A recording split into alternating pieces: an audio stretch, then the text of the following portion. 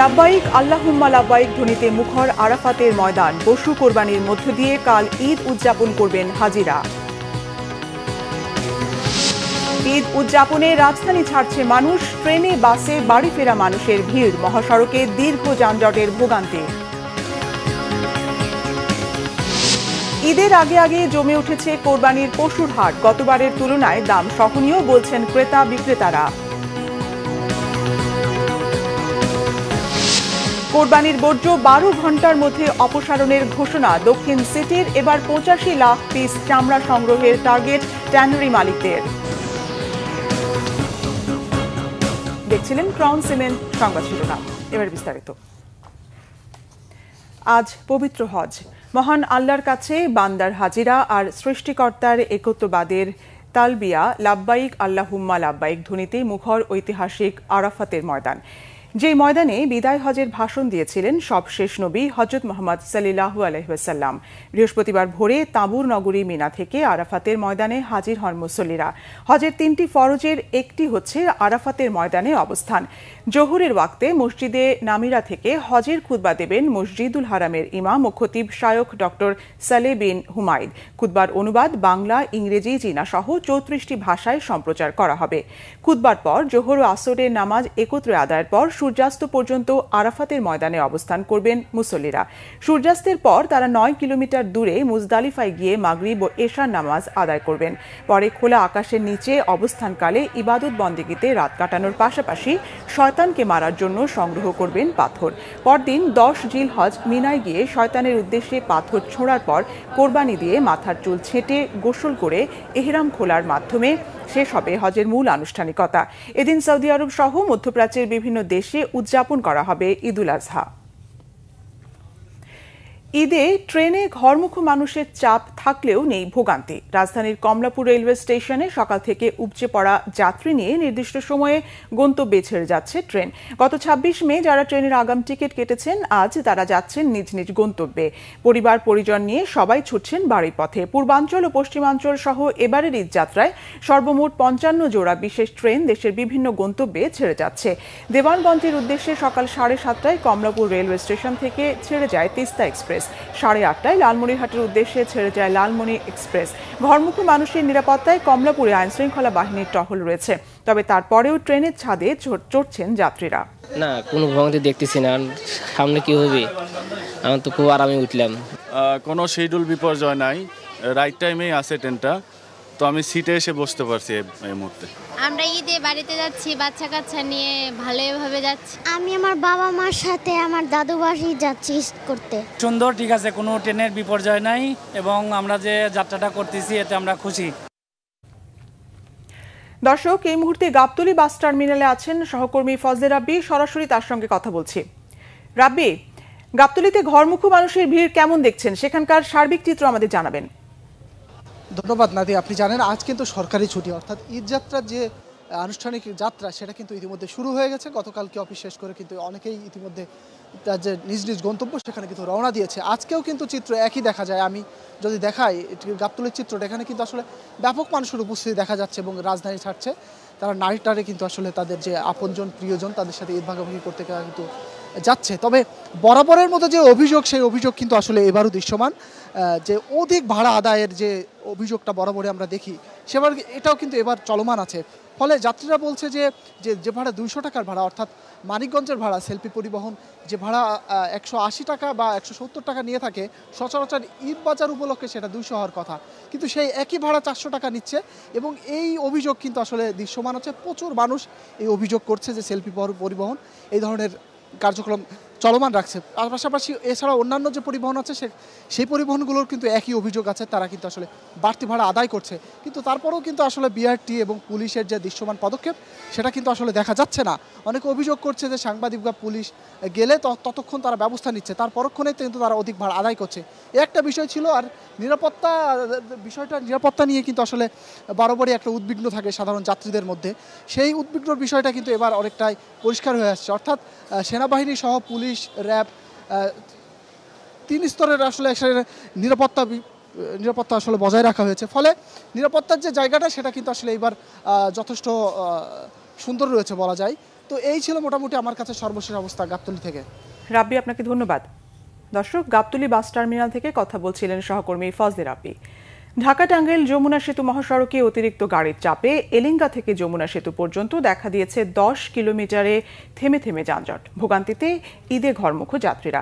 বৃহস্পতিবার ভোর থেকে মহাসড়কের টাঙ্গাইলের অংশে যানজটের সৃষ্টি হয়। মহাসড়কের বেশ কয়েক জায়গায় গাড়ি বিকল হওয়ার কারণে দীর্ঘ এলাকা জুড়ে যানজটে ঘরমুখ মানুষ চরম দুর্ভোগে। পুলিশ জানায়, হঠাৎ মহাসড়কের অতিরিক্ত যানবাহনের চাপে যমুনা দিয়ে সিরাজগঞ্জ অংশে গাড়িগুলো ঠিকমতো যেতে পারছে না। এদিকে সকাল থেকে গাজীপুরে ঢাকা টাঙ্গাইল মহাসড়কে চন্দ্রা এবং ঢাকা ময়মনসিংহ মহাসড়কের চান্দনা চৌরাস্তা দিয়ে বাড়ি ফিরছে মানুষ। ঢাকা ময়মনসিংহ মহাসড়কের টঙ্গী এলাকা ও ভোগড়া বাইপাস থেকে সালনা 3 কিলোমিটার, ঢাকা টাঙ্গাইল মহাসড়কে চন্দ্রা ও এর আশেপাশের 5 কিলোমিটার এলাকায় যানবাহনের অতিরিক্ত চাপ থাকায় যানজট তৈরি হয়। বৃষ্টি কাদা উপেক্ষা করে সকাল থেকেই জমজমাট রাজধানীর কোরবানির পশুর হাট। ক্রেতা বিক্রেতারা বলছেন, গত বছরের তুলনায় এবার দাম সহনীয়, চাহিদা বেশি ছোট দেশীয় গরুর। শেষ 2 দিনে বেচাকেনা বেশি হবে এমন প্রত্যাশা হাট সংশ্লিষ্টদের। ক্যামেরা ছিলেন শাহিদুল ইসলাম, নাবিল জাহাঙ্গীরের রিপোর্ট। সকাল থেকেই গুড়ি গুড়ি বৃষ্টি, কাদা জমেছে পশুর হাটে। ছাতা মাথায় ক্রেতা বিক্রেতা কেউ কেউ ভিজছেন। তবে এরই মধ্যে চলছে দর কষাকষি। শেষ সময়ে এসে জমজমাট তেজগাঁও শিল্প এলাকার গরুর হাট। দেশের বিভিন্ন জেলা থেকে কোরবানির পশু নিয়ে হাটে এসেছেন ব্যবসায়ীরা। গরু বেশি থাকায় হাটের সীমানা ছাপিয়ে আশেপাশের রাস্তাতেও দাঁড়াতে বাধ্য হয়েছেন অনেকে। বিক্রি নিয়ে মিশ্র প্রতিক্রিয়া তাদের। ভাই, এটার নাম হচ্ছে রুস্তম, তার লাইভ 980 কেজি, 64 কেজি হাইট আছে, সাইওয়াল গির এই গরুটা। ইনশাল্লাহ আমার দাম চাও 18 লাখ। আমরা গরু বিক্রি করবো, তো কাস্টমার আসলে আমরা কমাই দিব। আমরা কালকে চাচ্ছি 2,70,000, আজকে চাচ্ছি 2,20,000। তো আমাদের দাম হচ্ছে 1,80,000, 85,000, 90 পর্যন্ত হচ্ছে। তো আমরা ছাড়ে দিব আর কি। গরুর বাজার অনেক কম। গরু আনছিলাম মনে করেন 24টা, এটা নিয়ে মনে করেন 5টা গরু বিক্রি করা হলো। রাজধানীর বিভিন্ন প্রান্ত থেকে এখানে আসা ক্রেতারা বলছেন, গত বছরের তুলনায় এবছর গরুর দাম কিছুটা সহনীয়। এখানে মাশাআল্লাহ বেশ সুন্দর সুন্দরই গরু। আমার মনে দাম খুব বেশি না, আমার মনে হয় যে কম, একটু কম আছে গতবার থেকে। অনেকগুলা গরু দেখছি, সবগুলাই ভালো লাগছে। কেমন গরু পছন্দ হচ্ছে? সাদা গরু পছন্দ হয়েছে, এখন দামাদামি করছি। দেখি দামাদামি করতেছি, অনেকগুলো দেখা হয়েছে, যেহেতু আল্লাহ ইনশাআল্লাহ হয়ে যাবে। আমার মনে হচ্ছে যে গত বছরের চেয়ে এই বছর হয়তো একটু দাম কম। রিজনেবলের মধ্যে পাইলে তাদেরও পোশাক, ক্রেতাদেরও পোশাক এর মধ্যে তাদের ছেড়ে দেওয়া উচিত। হাট সংশ্লিষ্টরা জানালেন, ঈদের আগের শেষ 2 দিন সবচেয়ে বেশি গরু বিক্রি হবে এমনটাই প্রত্যাশা তাদের। প্রচুর গরু উঠেছে, দাম তো মানে এখানে অন্যান্য বছরের তুলনায় এখানে আমাদের যারা ক্রেতা তারা এখানে বলতেছে যে সহনীয় পর্যায়ে আছে এখনো। শেষ সময়ের হাটে চাহিদা আর যোগানের ওপর ভিত্তি করে ওঠানামা করে পশুর দাম। এর মধ্যেই পছন্দের কোরবানির পশু কিনতে হাটে ছুটছেন ক্রেতারা, চাইছেন সাশ্রয়ী দামে কিনতে, আর বিক্রেতারাও চাইছেন পর্যাপ্ত লাভ হাতে নিয়ে ঈদের আগে বাড়ি ফিরতে। নাবিল জাহাঙ্গীর, বাংলাভিশন, ঢাকা। কোরবানির পশুর বর্জ্য 12 ঘন্টার মধ্যে অপসারণ করা হবে জানিয়েছেন ঢাকা দক্ষিণ সিটি কর্পোরেশন প্রশাসক মোহাম্মদ শাহজাহান মিয়া। বৃহস্পতিবার সকাল 10টায় জাতীয় ঈদগাহ পরিদর্শনে এসে তিনি বলেন, বর্জ্য অপসারণে 10,000 পরিচ্ছন্নতা কর্মী এবং 200টি ট্রাক প্রস্তুত রাখা হয়েছে। ঈদ জামাত, কোরবানির হাট ও বর্জ্য ব্যবস্থাপনার জন্য সংশ্লিষ্ট কর্মকর্তা কর্মচারীদের ঈদের ছুটি বাতিল করা হয়েছে। এবারের ঈদের প্রধান জামাত হবে সকাল 7:30টায়। 35,000 মুসল্লির একসাথে নামাজ আদায়ের ব্যবস্থার কথা জানান শাহজাহান মিয়া। নিরাপত্তার স্বার্থে মুসল্লিদের জায়নামাজ নিয়ে না আসার অনুরোধ করেছেন প্রশাসক। তবে নগর ভবনের বর্তমান অবস্থায় জনগণের ভোগান্তির কথা স্বীকার করেন তিনি। সিটি কর্পোরেশন খোলা রাখা না রাখার বিষয়টি রাজনৈতিক সিদ্ধান্ত বলে জানান শাহজাহান মিয়া। আমাদের সিটি কর্পোরেশনের যারা কর্মী আছে তারা সকলেই এখন আমাদের জন্য প্রস্তুত। তারা এই সার্ভিস যেহেতু বরাবর দিয়ে থাকে, জনগণের ভোগান্তির কথা মাথায় রেখে তারা সকলেই কাজে যোগ দিবেন এবং আশা করি আমাদের কোনো সমস্যা হবে না। এইটা আসলে এই বিষয়টা আমি আসলে উত্তর দিতে চাই না, এটা একটা রাজনৈতিক বিষয়। প্রায় 35,000 মুসল্লি একসাথে নামাজ আদায় করতে পারবেন। প্রয়োজনে আপনাদের জায়নামাজও আনার দরকার নাই, কোনো পানির বোতল আনার দরকার নাই। এবারের ঈদের পশু কোরবানি থেকে ৮০ থেকে ৮৫ লাখ পিস চামড়া সংগ্রহের টার্গেট ঠিক করেছেন ট্যানারি মালিকরা। সরকার লবণযুক্ত চামড়ার দর ঢাকায় সর্বনিম্ন ১,৩৫০ টাকা বেঁধে দিলেও ব্যবসায়ীরা বলছেন লবণবিহীন চামড়ার দাম কোনোভাবেই ৮০০ টাকার বেশি হবে না। এদিকে কোরবানির পশুর বর্জ্য অপসারণে আগের তুলনায় কার্যকর ব্যবস্থা নেওয়ার দাবি করেছে ঢাকার ২ সিটি কর্পোরেশন। জিয়াউল হক সবুজের রিপোর্ট। পবিত্র ঈদুল আজহার পশু কোরবানিকে সামনে রেখে চামড়া সংগ্রহের প্রস্তুতি প্রায় শেষ করেছেন আড়তদার, ব্যাপারী ও মৌসুমি ব্যবসায়ীরা। বছরে যত চামড়া সংগ্রহ হয় তার প্রায় ৫০ থেকে ৬০% আসে কোরবানির সময়। সেদিক বিবেচনায় জোরালো প্রস্তুতি ট্যানারি মালিকদের। আমরা আশা করছি হয়তো বা ৮০ থেকে ৮৫ লক্ষ পিস গরু, ছাগল, মহিষ মিলে আপনার চামড়া সংগ্রহ হবে। সরকারের বেঁধে দেওয়া দাম অধিক হয়েছে কারণ আমাদের যে এক্সপোর্ট প্রাইস, সেই প্রাইজের থেকে কিন্তু আপনার কাঁচা চামড়ার মূল্য বেশি আপনার ধরা হয়েছে। ঢাকার চামড়া ৭৫০ থেকে ৮০০ টাকা বা ৮৫০ টাকার উপরে হবে না, এবং ঢাকার বাইরের চামড়া কিন্তু আপনার সবসময় ১০০ থেকে ১৫০ টাকা কম থাকে। সুতরাং আমরা মনে করি যে এটার এই রক্তের চামড়ার মূল্য হতে পারে। ন্যায্য দাম নিশ্চিতে এবার চামড়া সংরক্ষণ ব্যবস্থা জোরদার করেছে বাণিজ্য মন্ত্রণালয়।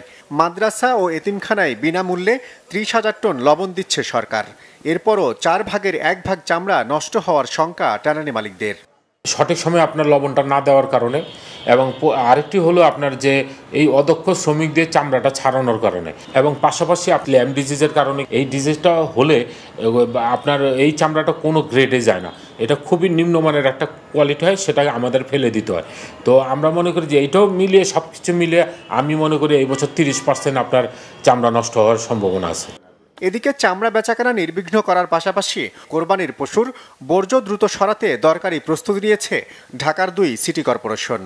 সিদ্ধান্ত নিয়েছি যে দিনের ময়লা আমরা দিনে সরাবো। এরকম ময়লা কোথাও জমে থাকবে না, ময়লা কোথাও পড়ে থাকবে না, এটাকে মাথায় রেখে আমরা ১০,০০০ কর্মী ডিপ্লয় করেছি। টোটাল ডিপার্টমেন্টের হেড আমরা যারা আছে আমরা কেউই ছুটি নেই, আমরা মাঠে থাকবো, আমরা জোনে যাব, বিভিন্ন জোনে গিয়ে আমরা এই পুরো কাজে তদারকিটা করব। যেসব বাসায় পশু কোরবানি হবে তাদেরকে আমরা পলিথিনের ব্যাগ দিচ্ছি, এই ওয়েস্টগুলো যেন তারা এই ব্যাগের মধ্যে রাখতে পারেন, পশুর যে বর্জ্যগুলো আছে। ২ নম্বর হচ্ছে ব্লিচিং পাউডার আমরা দিচ্ছি এবং ডেটল আমরা দিচ্ছি, এবং কেন্দ্রীয়ভাবে ওয়ার্ড ভিত্তিক আবার নিজেরাও আমরা ডেটল দিয়ে এগুলো পরিষ্কার করব। নির্ধারিত সীমানার বাইরে পশুর হাট না বসানো এবং হাট ব্যবস্থাপনা সমন্বিত করার তাগিদও দিয়েছে সিটি কর্পোরেশন। সুতরাং আমাদের সার্ভিলিয়েন্স কন্টিনিউয়াস আমাদের আছে এবং চলছে। জিয়াউল হক সবুজ, বাংলা ভিশন, ঢাকা।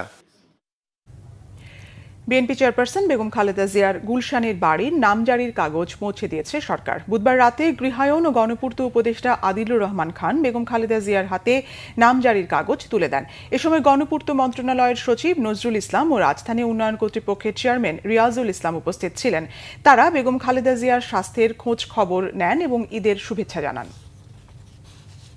ব্রাহ্মণবাড়িয়ার নবীনগরে বাস চাপায় নিহত হয়েছেন সিএনজি চালিত অটোরিকশার ৩ যাত্রী। এছাড়া বিভিন্ন জায়গায় সড়কে প্রাণ হারিয়েছেন আরও ৭ জন। ভোরে নবীনগর কোম্পানিগঞ্জ সড়কের উপজেলার বাঁশবাজার এলাকায় এই দুর্ঘটনা ঘটে। নিহতরা হলেন অটোরিকশার যাত্রী আবুল কাশেম, অটোরিকশা চালক সোহাগ মিয়া ও ফেনীর দক্ষিণ ফরাদনগর এলাকার আবুল খায়েরের ছেলে নুরুল আলম। পুলিশ জানায় অটোরিকশাটি কুমিল্লার কোম্পানিগঞ্জ যাওয়ার পথে বাঁশবাজার এলাকায় বিপরীত দিক থেকে আসা একটি বাস অটোরিকশাটিকে চাপা দেয়। ঘটনাস্থলেই অটোরিকশার চালক সহ ৩ জন নিহত হন। পুলিশ ঘাতক বাসটিকে জব্দ করেছে।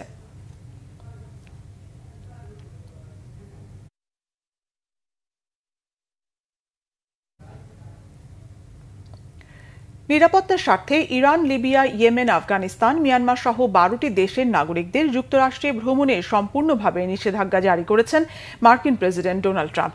এছাড়া আরও 7টি দেশের নাগরিকদের উপর আংশিক ভ্রমণ সীমাবদ্ধতা আরোপ করে একটি নির্বাহী আদেশে স্বাক্ষর করেছেন তিনি। আগামী সোমবার থেকে এই নির্দেশ কার্যকর করা হবে। ট্রাম্পের স্বাক্ষরিত এই ঘোষণাপত্রে কিউবা, লাওস সহ আরও 7টি দেশের নাগরিকদের উপর আংশিক নিষেধাজ্ঞা আরোপ করা হয়েছে।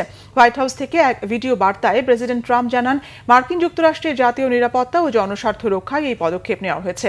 তিনি আরও বলেন, যথাযথভাবে যাচাই বাছাই করা সম্ভব নয় বলেই এসব দেশের নাগরিকদের যুক্তরাষ্ট্রে প্রবেশাধিকার দেওয়া হবে না।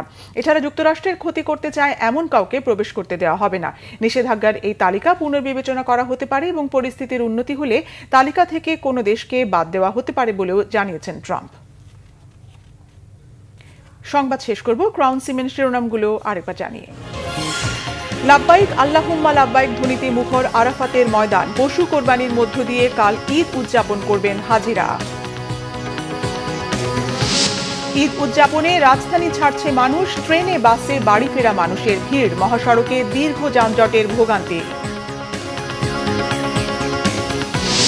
ঈদের আগে জমে উঠেছে কোরবানির পশুর হাট, গতবারের তুলনায় দাম সহনীয় বলছেন ক্রেতা বিক্রেতারা। কোরবানির বর্জ্য 12 ঘন্টার মধ্যে অপসারণের ঘোষণা দক্ষিণ সিটির। এবার 85 লাখ পিস চামড়া সংগ্রহের টার্গেট ট্যানারি মালিকদের। এ ছিল এখনকার মতো, পরের সংবাদ বিকেল 4টায়। 3টায় রয়েছে নিউজ টপ 10, দেখার আমন্ত্রণ রইল। এছাড়া বাংলাভিশন সংবাদ ও সংবাদ সংশ্লিষ্ট অনুষ্ঠান দেখতে ভিজিট করুন www.bvnews24.com ও facebook.com/banglavisionnews এবং সাবস্ক্রাইব করুন youtube.com/banglavisionnews। ধন্যবাদ।